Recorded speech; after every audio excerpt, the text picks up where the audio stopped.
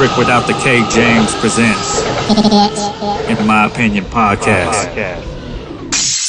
What's up, you guys? It's your boy Rick James. I got a special episode. Been doing this for about a year now. Haven't had nothing but comics, and I've got two veterans that just did a show here in Modesto, and I figured why not have them on the podcast. I've got my man Julio Gonzalez. How long you been doing comedy for? Subway, 13 in January, bro, so 12. Short answer. So, not bad. And then I've got my boy Kabir, Singh, coming out of Fremont. How long you been doing comedy for now? Been in comedy 11 years, 12 years in February.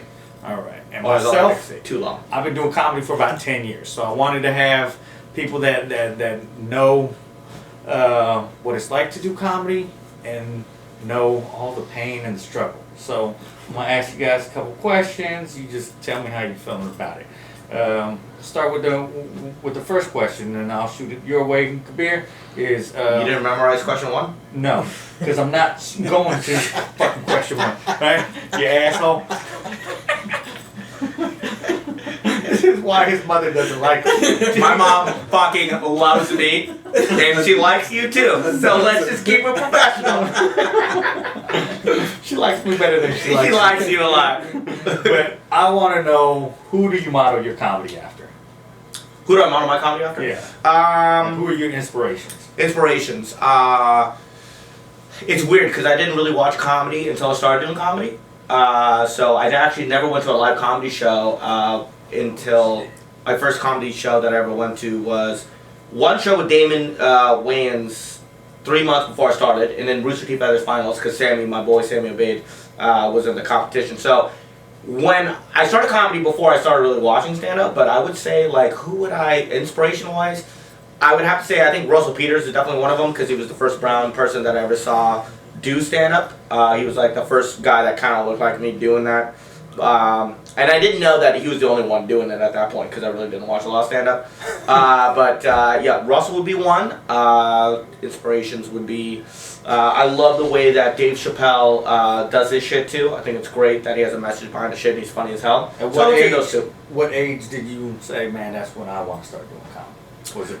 I was late in the game, man. I must have been 23, 24, 23, yeah. Yeah, so about 23. And you, Julio?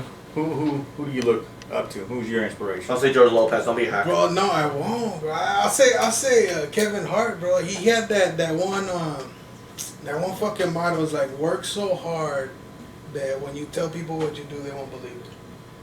And that's that. I was like, you know what? That's what it is. Mm-hmm. They call it luck, but all it is that hard work after hard work after hard work and paying off at that right opportunity. So I modeled it after that, and that's a great question too because you are who you surround yourself with. So it was up to me to just pick these models I see on TV, bro. At what age did you say, man, I want to hit the stage and do that? I was even later than you, man. 27. Bro. Really? Yeah, 27. That's good though. You guys have any experience. I don't understand how people are doing stand-up before that. No, and that was always funny. Oh. Always funny. I'll be in the backyard party, everyone around me just dying. I always had that. So I tell people, as a matter of fact, I think we did the show together in San Diego, at the American Comedy Club. And I had an ex-girlfriend that I had from like when I was 15 that came out. And she goes, man, I'm glad to see that you're finally doing what you said you wanted to do as a kid. And I was like, what? And she was like, yeah, remember in high school you used to tell everybody you wanted to do stand-up. And I was like, what the fuck? I told her that? Like, somebody had to remind me that's what the fuck I wanted to do with my life. Well, I was like, I've been being a nurse all this time and I'm supposed to be doing fucking stand-up? What the fuck is wrong with me? That's a cool feeling though. Like, remember back in the day where people would come see you from high school and be like, I always knew you would do some weird garbage shit like this. I always knew you were going to be fucking die broke. You're doing what you love to do. It's so true. Get a real job. Yeah, I knew you were going to get a real job. You were going to be homeless with fucking dumb shit to fucking pay the bills with. I was like, thank you. Thanks, Mom. Every high school reunion, they hire me, bro.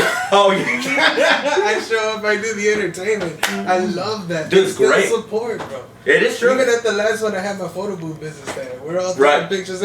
It's getting fucking hustler. Yeah, that's true. That's that Kevin Hart model, bro. Yeah, That's it. shit. Did you read the book? Kevin Hart's book? No, I heard it's great. I don't read. Yeah, I know. It's not an audible Listen yet. to the YouTube though. I drive a lot, bro. Yo, it's your boy Charlie Murphy, my main man, Rick James. That's the one you think, the comedian Rick James. Get up on him.